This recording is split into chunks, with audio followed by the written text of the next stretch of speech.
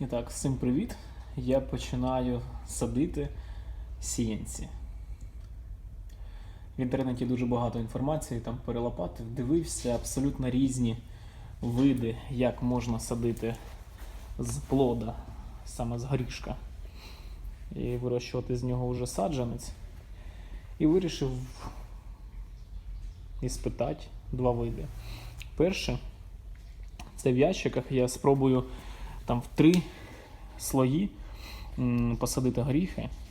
Тут ґрунт звичайний, в принципі, з піском перемішаний.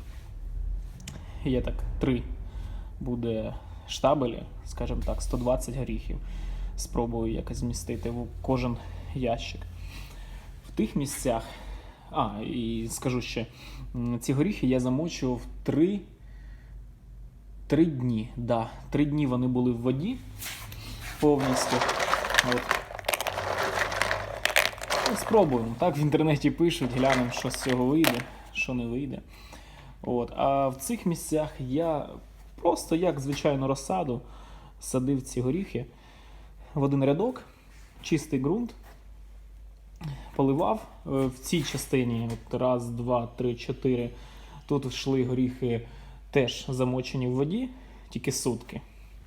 А в цих 1, 2, 3, 4, 5 тут горіхи не замочені були, просто я обрав там крупненькі, гарненькі, не розломані, звісно. І їх посадив сюди, засипав землею, і залив водичкою.